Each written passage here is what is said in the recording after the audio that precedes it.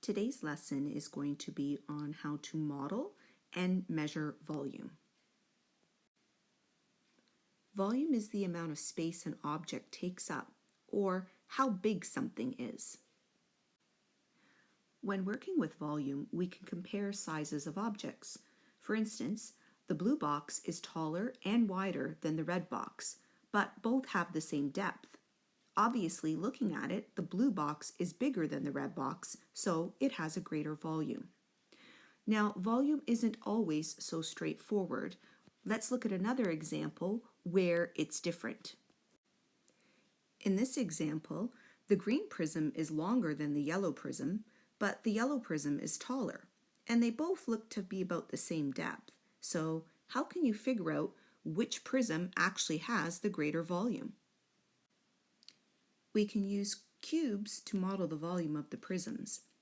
It takes 18 cubes to build the yellow prism, so its volume is 18 cubes. It takes 16 cubes to build the green prism, so its volume is 16 cubes.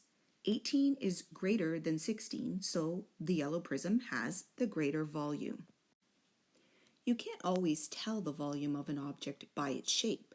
Here we have three different shapes. The purple shape has a volume of 4 cubes. The blue shape also has a volume of 4 cubes, and even the pink shape has a volume of 4 cubes. So even though all of these shapes are different and look very different, they actually have the same volume.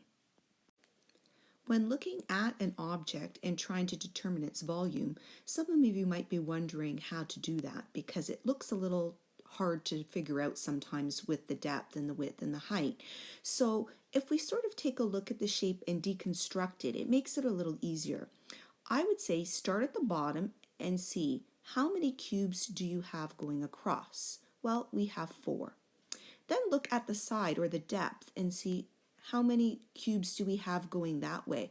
Well, we have 1. So on the bottom, altogether, I have 1 row of 4. And it would look something like this if I were to deconstruct it. Okay, so bear with me a second here while I draw it. It took me 4 cubes to make that bottom row. Now, I also have another row on top of that, stacked up. So now if I have 4 on the bottom and 4 on the top, that's 2 groups of 4. And altogether, I have 8 cubes. So the volume of this shape is actually 8 cubes. Let's do another example with a larger shape to see if we can figure that one out. Here you can see we have a much larger shape, but we're going to use the same method to try to figure out what the volume is. So first again, let's look at that front row at the bottom. There are 4 cubes going across the bottom. Then let's look at the side or the depth. We have 3 cubes going that way. So just that bottom row would be 4 times 3, which is 12. There are 12 cubes just on that bottom part. Now I have another set stacked here and another set stacked here. So essentially what I have is 12 on the bottom plus 12 more in the middle plus 12 more on the top altogether. If you don't want to do it as an addition sentence, you can use a multiplication algorithm, 12 times 3, which we just learned. And I'm going to solve it that way. So 2 times 3 is 6, and 3 times 1 is 3. That means this shape has 36 cubes in order to build it, so its volume is also 36 cubes. Now the last thing I'm going to show you is how to write this correctly. So if we say that this shape has 36 cubes, or its volume is 36 cubes, the correct way to write it is actually 36 centimeters cubed if we were doing centimeters. And usually when we use those little base 10 cubes to build shapes, that's exactly what we're doing. So we put a 3. When we did area, it was always something squared, and there would be a 2 up at the top after your unit of measurement.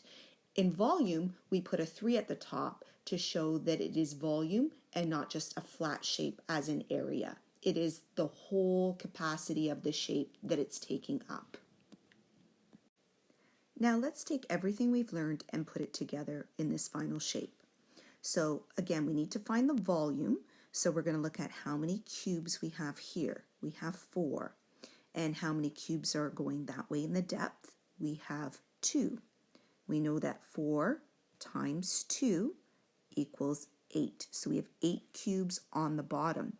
Now we also have a row here and a row here.